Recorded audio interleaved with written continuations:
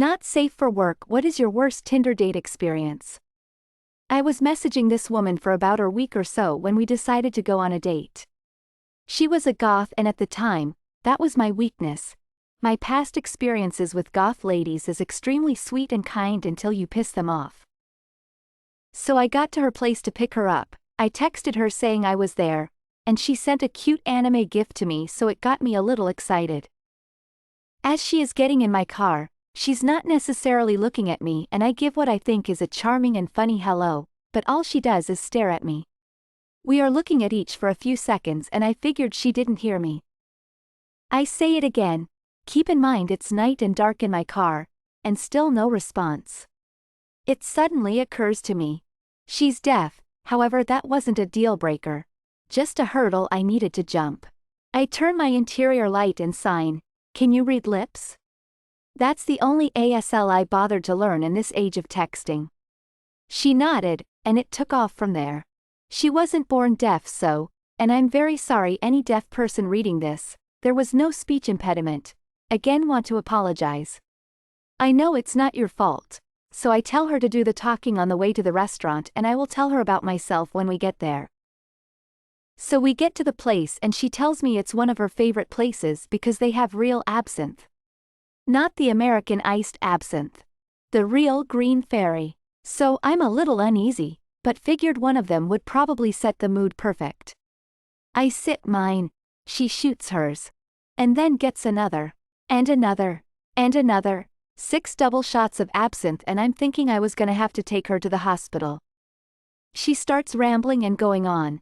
And my only thought is get her in the car and start working my back to her house, that way if things are going bad, at least I'd already be in the car. It's a 45-minute drive to her house, which took me 10 minutes to drive to the pizza place, because she keeps telling me to turn here, turn there, until eventually she's back home. We're sitting in her driveway and she goes to kiss me. I sort of kiss her back, but I pull away because I know she doesn't know what planet she's on. As soon as I do, she rips her trip pants off and starts slapping her clam like it owed her money. I remember audibly going, WTF, because I don't know what her vagina did to deserve that abuse, and I was immediately freaked out. I helped her get her pants back on and I pick her up and carry her to her door.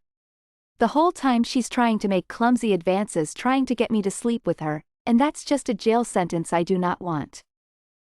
When I got on her porch is when I remembered she told me she had a roommate, which was great because there was no way I was getting an coherent answer from her of which of the 20 pockets she had on her pants had her house key in it. I knock for maybe 10 minutes until I have this woman fling the door open and give me a death glare so fierce, I thought my brain was going to melt. I tell her that her roommate had way too much to drink. I then immediately get accused of getting her drunk so I could sleep with her. I told her that if that was the case, then why was I talking to her now? I showed her my ID to emphasize I wasn't trying to be some creepy guy, and she yells at me to get off the property.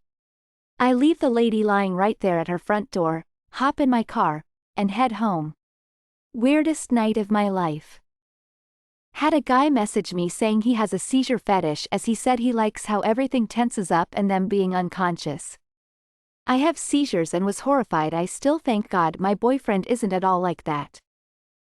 No joke, trust me, I was at the bar with my cousin who is almost entirely blind for her birthday. We heard this guy saying how he's totally going to take her home cause the blind thing is hot to him. It's because he likes how they are completely unsure what's around them and the vulnerability. My cousin has amazing hearing and could tell he was the table behind us and told me if he tries to come up to our table to tell her when to stick her cane out to trip them. I told her when and he eats it and tried to grab her cane in a shot the dark she swings up and swung it at his crotch and told him she may be blind but she isn't clueless. The girl was complete UGHHH. She had zero personality and had a lot of meaningful tattoos that she did because they looked cool. How can you tattoo the tree of life and don't know what it is? The story is way worse.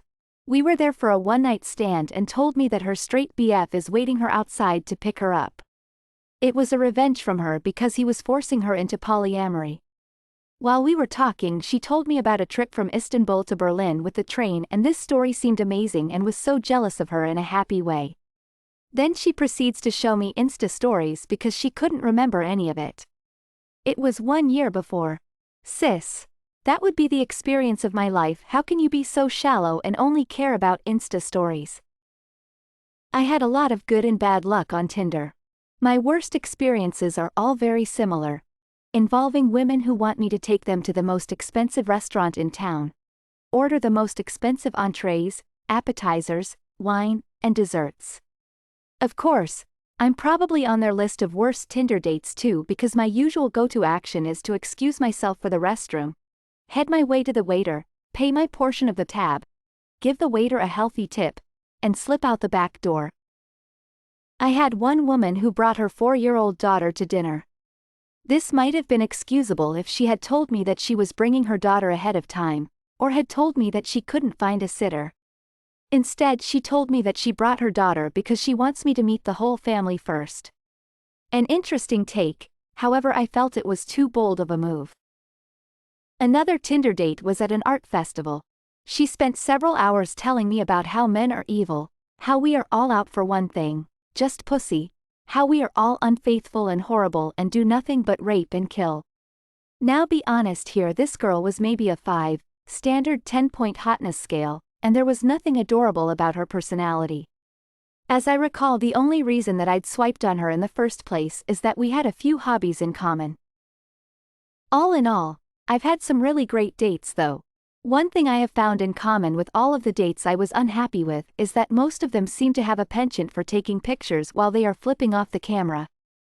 The whole bad bitch attitude is just such a turn off. I'd rather take myself out to dinner, read a good book, etc. The actual date went well, but the conversation following it up threw me off. She messaged me to tell me she needed to confess something and proceeded to tell me how she had an obsession with people farting on her. She said she wanted to tell me now because she didn't want to continue seeing me unless I was willing to do that. I was so bored I fell asleep in front of her at dinner. Thanks for listening.